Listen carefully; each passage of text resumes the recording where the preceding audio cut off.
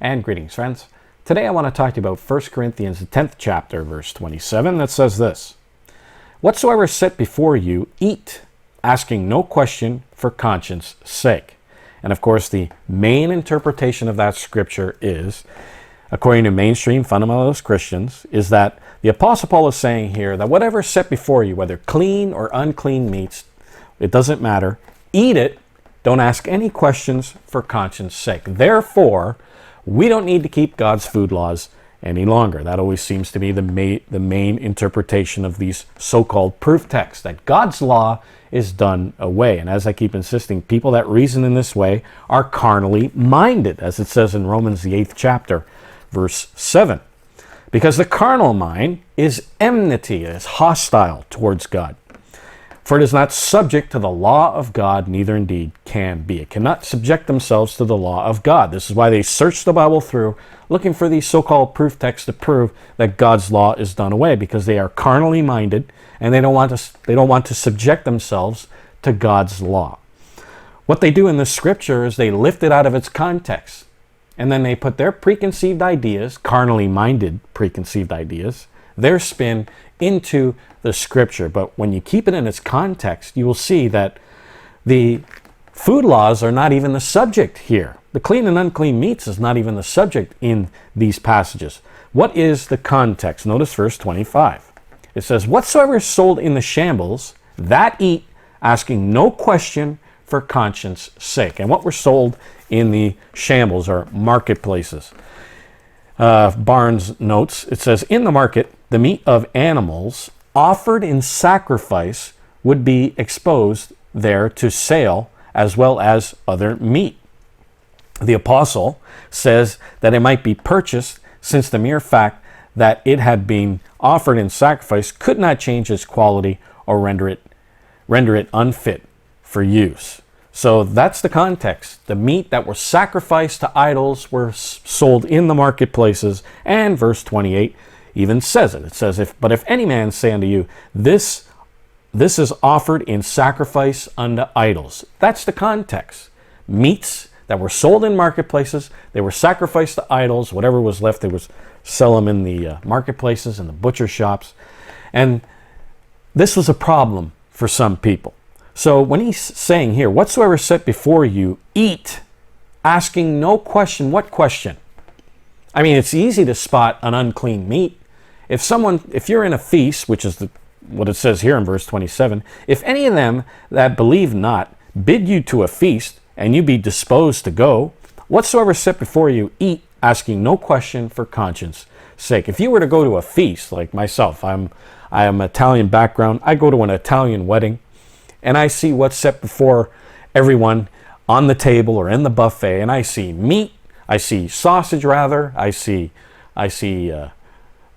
beef, I see chicken. I can tell what's clean and unclean because I know my Bible.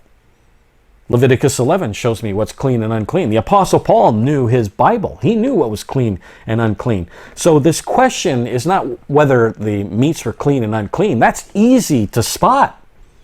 The question was this meat sacrificed unto an idol? So that's the question. Ask no question whether it was sacrificed to an idol or not, for conscience sake.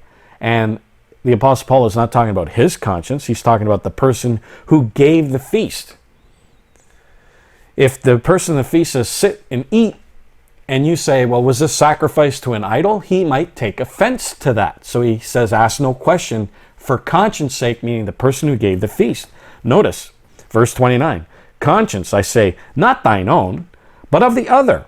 But of the other. And then it says here, verse 32, "Give none offense neither to the Jews, nor to the Gentiles, nor to the church of God." There might be members of the church of God that might be in that feast as well. Verse 28 shows, "If any man say unto you, this was offered in sacrifice unto an idol," obviously that is a person at the feast who is part of the church of God. So he's saying, don't offend the Jews that are at the feast, don't offend the person who's giving the feast, don't offend any Christians, any people in the Church of God that are at the feast as well. This is why the Apostle Paul was complaining when he says here in verse 29, "For why is my liberty judged of another man's conscience?" We are judged by God, by his word, and not by some guy's hang-ups. He says, why is my liberty judged? Meaning liberty to partake in any meat that he wanted, clean meat that he wanted, not worrying about if it was sacrificed to an idol or not, because he knew that the idol is nothing and has no power in this world, and that other people's sins cannot contaminate you. Jesus dealt with this in Mark the 7th chapter, and I went through that with you in the last Bible Misconception program. So he says here, why is my liberty judged of another man's conscience, another guy's hang-ups? And then he says in verse 30, "For if I, by grace," and what is grace? Psalm 119:29, "Be gracious to me through your law." He was keeping God's law. He's not breaking any law whatsoever. "For by grace, be a partaker," meaning partaking in the clean meats, because the Apostle Paul kept the food laws of God. Did the apostles keep the food laws of God? Yeah, God, yes.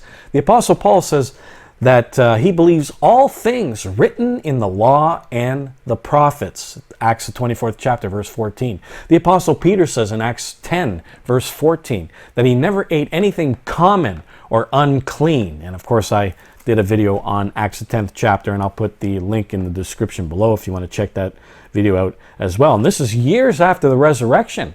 The Apostle Peter said that he never ate unclean meat. So they kept the law of God. They kept the food laws in the Old Testament.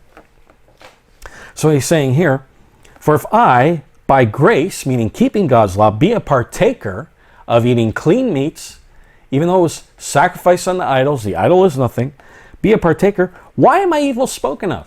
Why are people speaking evil of me? He's not breaking any laws." Well, he's evil spoken of because of some guy's hang-ups. Then he says, "Whether therefore you eat or you drink, whatsoever you do, do it all in the glory of God."